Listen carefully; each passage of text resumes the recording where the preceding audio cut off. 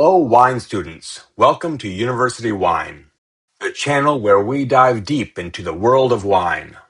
I'm your host, Professor Weisse, and today we're cracking open one of the most misunderstood white grapes on the planet, Pinot Grigio, or should I say Pinot Gris. Same white grape variety, two names, two passports, two completely different drinking experiences.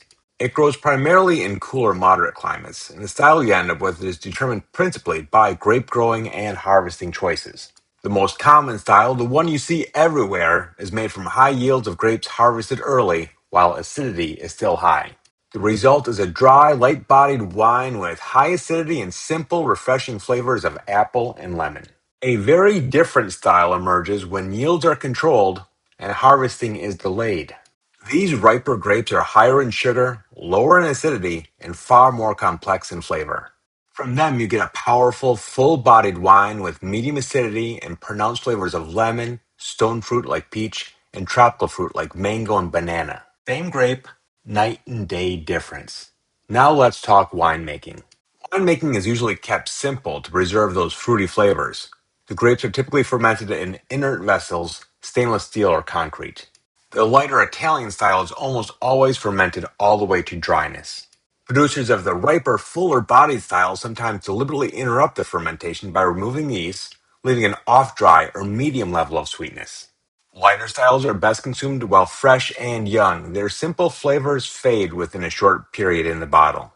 The more concentrated, full-bodied examples, however, can develop lovely notes of ginger and honey over time as they age.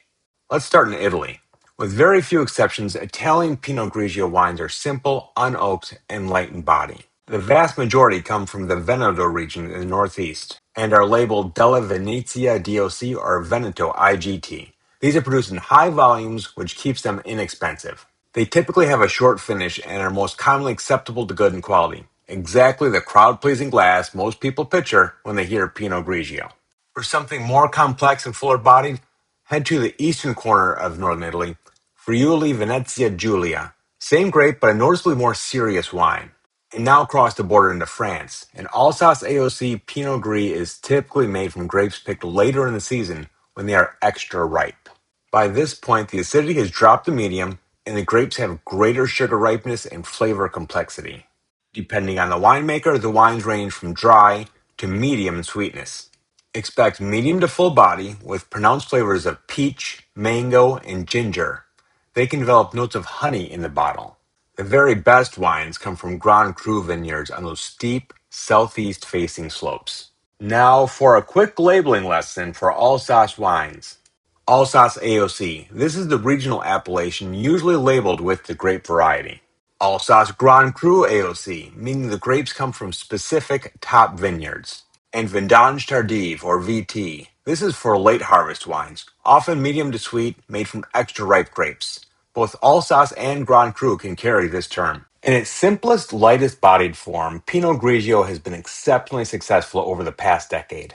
These wines are exported in huge quantities from the Veneto in Italy. Although the simple style is everywhere, consumers looking for complexity and intensity aren't overlooking Alsace. The riper styles deliver exceptional complexity and pair brilliantly with strongly flavored foods. Think Thai curry, roast pork, creamy cheese, or even spicy Asian dishes. It's a variety that clearly demonstrates how grade yields and ripeness level can completely determine the style, quality, and price of the wine. Outside of Italy and France, some other wine-producing regions now have significant plantings of Pinot Grigio or Pinot Gris. Smart producers usually follow the naming convention.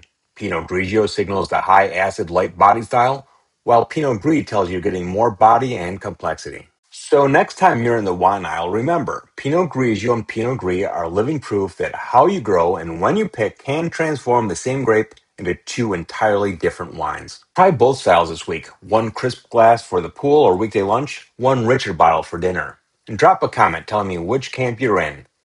Team Grigio or Team Gris? Next time, we look at another aromatic grape made famous in Alsace, Riesling. Like and subscribe. Cheers! Until next time.